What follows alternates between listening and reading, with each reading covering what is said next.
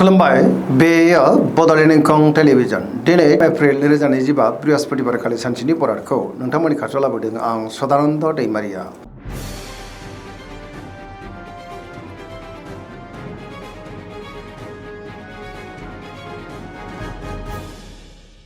सिगां फरायनो लादों मेष राशि गिबि हांखो अ ल दिनैनि साना जोबोर मोजां बहानिफ्रायबा हरखाबै मोजां खौरांबो मोननो हागौ गुबुनजों दिनै मोजां सोमोन्दो लाखिनोबो रोंगोन सोरबा लोगोजों बाखनाय जानो हागौ बहाबा दावबायनो एबा हान्थिनो खाबु मोननो हागौ आरो मोजाङैनो हान्थिनोबो हागोन देहाया दिनै मोजाङैनो थागोन गावनि गोसोनि साननायफोरखौ लाइमोनफ्रा फोरमायलायनोबो हागोन गुबुनजों दिनै मोजां सोमोन्दो लाखिनो रोंगोन रांखावरियाव जोबोर मोजां होनजायो बेफार फालांगियाव दिनै जोबोर मोजां मुलाम्फा मोननो हागोन आरो आयाबो बांनो हागौ मोननो गोनांखौबो दिनै मोननो हागौ गुबुननि थाखाय गोबां मोजां खामानि मावनानै होनोबो हागोन न'खराव बिसि फिसायनि गेजेराव अनलायनाया बांगोन समाजावबो मान मोनगोन लाइमोनफ्रा जोबोर रमान्टिक जागोन गावबा गावनि गोसोनि साननायफोरखौ दिनै फोरमायनो हानानै गोसोआव जोबोर गोजोननाय मोनगोन पजिटिभ एनार्जिनि गोहोम गोग्लैगोन।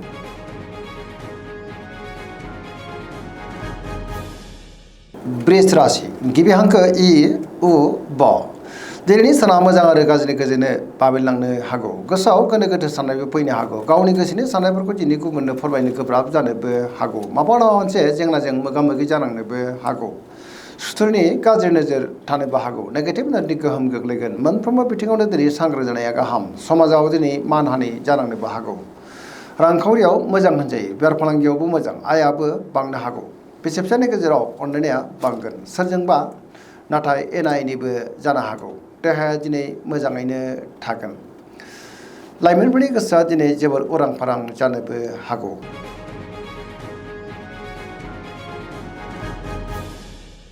मिथुन राशि गिबि हांखो क स दिनैनि साना जोबोर मोजां पजिटिभ एनार्जिनि गोहोम गोग्लैगोन गोसोआव गोथों आरो गोग्गो साननाय फैगोन गियाननि आंखाल जानाय नङा सोरबा लोगोजों बाखनाय जानोबो हागौ बहाबा दावबायनो एबा हान्थिनो खाबु मोननो हागौ आरो मोजाङैनो हान्थिनोबो हागोन गोसोआ दिनै जोबोर खुसि जागोन लाइमोनफ्रा गावबा गावनि गोसोनि साननायखौ फोरमायलायनोबो हागोन देहाया दिनै मोजाङैनो थागोन रांखावरियाव मोजां होनजायो बेफार फालांगियाव दिनै जोबोर मोजां मुलाम्फा मोननो हागोन गोसोआव बोलो बांनो हागौ मावलांनाय खामानिफ्रा दिनै थि समावनो आरो गोरलैयैनो मावफुंजागोन सोरबा लोगोनिफ्राय थोजासे हेफाजाबबो मोननो हागौ सोरजोंबा बाखनाय जानोबो हागौ पजिटिभ एनार्जिनि गोहोम गोग्लैगोन धोरोमारि बिथिङावबो दिनै गोसो दुंखांनो हागौ सरासनस्रायै दिनै साना जोबोर मोजां आरो मोजाङैनो बारग'लांगोन।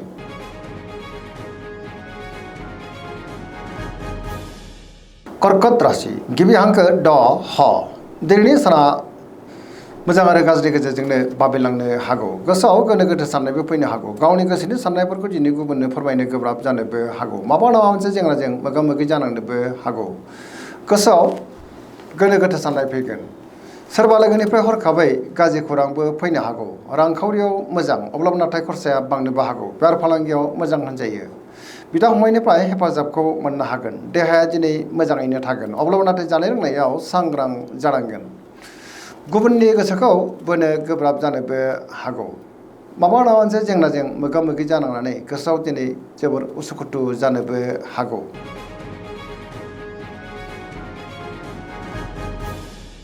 सिंह राशि गिबि हांखो म ट दिनैनि साना मोजां आरो गाज्रिनि गेजेरजोंनो बाबेनलांनो हागौ गोसोआव गोनो गोथो साननायबो फैनो हागौ गावनि गोसोनि साननायखौ दिनै गुबुननो फोरमायनो गोब्राब जागोन सोरजोंबा थगायजानोबो हागौ रांखावरियाव बारा मोजां नङा होनजायो नाङा फाङा खरसायाबो दिनै बांनो हागौ बेफार फालांगियावबो बारा मोजां नङा होनजायो बहाबा दावबायोब्ला दिनै लामा सामायाव सांग्रां जानांगोन गुबुननि थाखाय नाङा फाङा जेंनायाव गोग्लैनांनो हागौ मोनफ्रोमबो बिथिङावनो दिनै सांग्रां जानाया गाहाम आरो नेगेटिभ एनार्जिनि गोहोम गोग्लैनोबो हागौ न'खराव अननानै फैगोन बिदा फंबायनिफ्राय हेफाजाबखौ मोननो हागौ देहाया नाथाय दिनै बारा मोजां थानाय नङा गोबां रोखोमनि देहायारि जेंनाजों मोगा मोगि जानांनोबो हागौ जानाय लोंनायाव दिनै सांग्रां जानांगोन।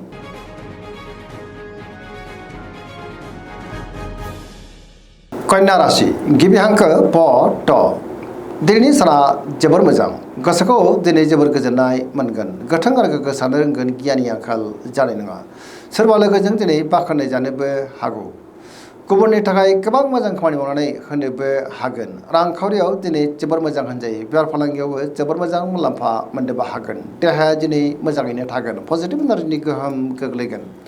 बिदा फंबायनिफ्राय थोजासे हेफाजाबबो मोननो हागौ। बिमा बिफानि अननाय आबोरखौबो दिनै मोननो हागौ। सोरजोंबा बाख्नाय जानोबो हागौ। पजिटिभ एनार्जिनि गोहोम गोग्लैगोन। लाइमोनफ्रा जोबोर रमान्टिक जागोन आरो गावबा गावनि गोसोनि साननायफोरखौ दिनै फोरमायलायनोबो हागोन।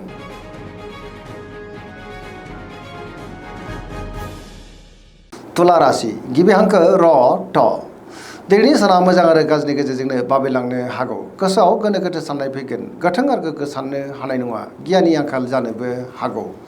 गोसोनि बोलोआबो दिनै मानोबा लोरबां जानोबो हागौ। बहाबा हान्थिब्ला लामा सामायाव सांग्रां जानांगोन। मावलांनाय खामानिखौ मावफुंनो गोब्राब जानोबो हागौ। देहाया दिनै बारा मोजां थानाय नङा। गोबां रोखोमनि देहायारि जेंनाजों मोगा मोगि जानांनोबो हागौ। रांखावरियाव मोजां, बेफार फालांगियावबो मोजां होनजायो। नखराव बिसि फिसायनि गेजेराव एना एनिबो फैनो हागौ। गोसोनि साननायफोरा दिनै गोरोबलायाबो जानो हागौ। लोगोफोरनिफ्राय हेफाजाब लानांनोबो हागौ। सेंग्रा सिख्लाफोरनि गोसोआ दिनै जोबोर आला खाला जागोन आरो नेगेटिभ एनार्जिनि गोहोम गोग्लैनोबो हागौ।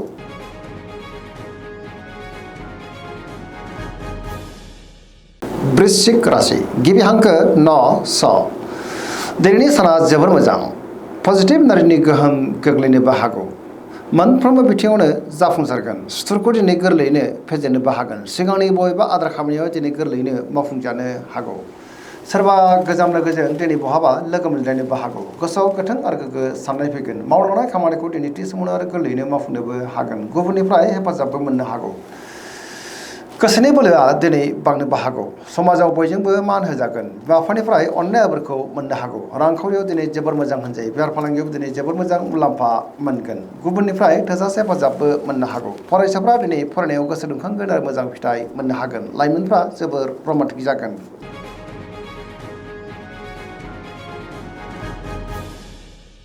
धनु राशि गिबि हांखो ढ फ भ दिनैनि साना जोबोर मोजां। गोबां मोजां खाबुबो दिनै मोननो हागौ। गोसोआव गोथों आरो गोग्गो साननाय फैगोन। गियाननि आंखाल जानाय नङा। माबा नङा मोनसे जेंनाजों मोगा मोगि जायोब्लाबो गोसोआ जोबोर खुसि जागोन आरो बेफोरखौ मोजाङैनो सुस्रांलांनो हागोन। रांखावरियाव जोबोर मोजां होनजायो। बेफार फालांगियावबो दिनै जोबोर मोजां मुलाम्फा मोननोबो हागोन।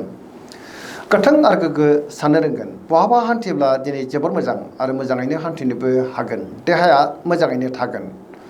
जायखि खामानि मावानो दिनै मोनफ्रोमबो खामानियावनो जाफुंसारनो हागौ। बिदा फंबायनिफ्राय थोजासे हेफाजाबबो मोननो हागौ। बहानिफ्रायबा हरखाबै मोजां खौरांबो फैनो हागौ। लाइमोनफ्रा दिनै जोबोर खुसि जागोन आरो गावबा गावनि गोसोनि साननायफोरखौ फोरमायलायनोबो हागोन। पजिटिभ एनार्जिनि गोहोम गोग्लैगोन।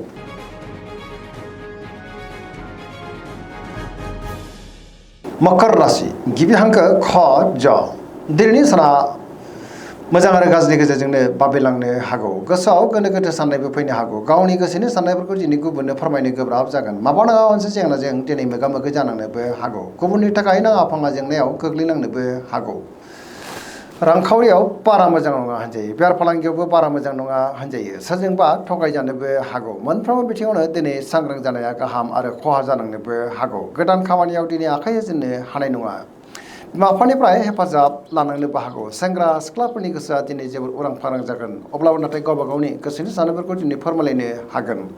फरायसाफ्रा दिनै फरायनायाव गोसो दुंखांगोन आरो मोजां फिथाइ मोननोबो हागोन।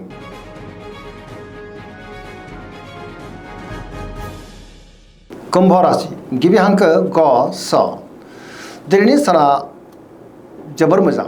गोसोखौ दिनै जोबोर गोजोननाय मोनगोन। गुबुननि थाखाय गोबां मोजां खामानि मावनानै होनोबो हागोन। सिगांनि बबेबा आद्रा खामानिखौ दिनै गोरलैयैनो मावफुंलांनो हागोन।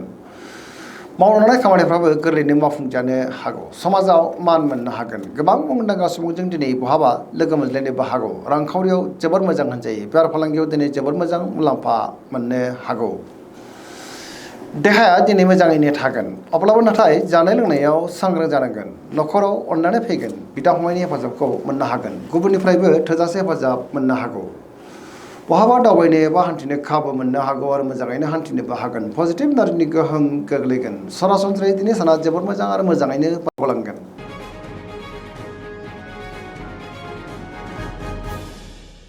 मीन राशि गिबि हांखो ड स दिनैनि साना जोबोर मोजां। गोबां मोजां खाबुबो दिनै मोननो हागौ बहाबा दावबायनो एबा हान्थिनो खाबु मोननो हागौ पजिटिभ साननो रोंगोन आरो गियाननि आंखाल जानाय नङा मोनफ्रोमबो बिथिङावनो दिनै जाफुंसारगोन सुथुरखौ गोरलैयैनो फेजेननोबो हागोन गोदान खामानियावबो दिनै आखाइ होजेननो हागोन देहाया मोजाङैनो थागोन रांखावरियाव मोजां बेफार फालांगियावबो मोजां होनजायो सोरजोंबा बाख्नाय जानोबो हागौ लाइमोनफोरनि गोसोआ दिनै जोबोर खुसि जागोन आरो गावबा गावनि गोसोनि साननायफोरखौ फोरमायलायनोबो हागोन गोथों आरो गोग्गो साननो रोंगोन पजिटिभ साननो हागोन पजिटिभ एनार्जिनि गोहोम गोग्लैनोबो हागौ सरासनस्रायै दिनै साना जोबोर मोजां आरो मोजाङैनो बारग'लांगोन दिनैनि राशि फरायनाया एसेनोसै जोबनायाव बेखौनो खावलायो जाहाथे नोंथांमोना सानफ्रोमबो जोंनि बे बड'लेण्ड इंखं टेलिभिजनखौ नायबाय थायो आरो साबस्क्राइब खालामो लोगोसे लाइक खालामो आरो शेयार खालामो एसेनोसै गोजोन्थों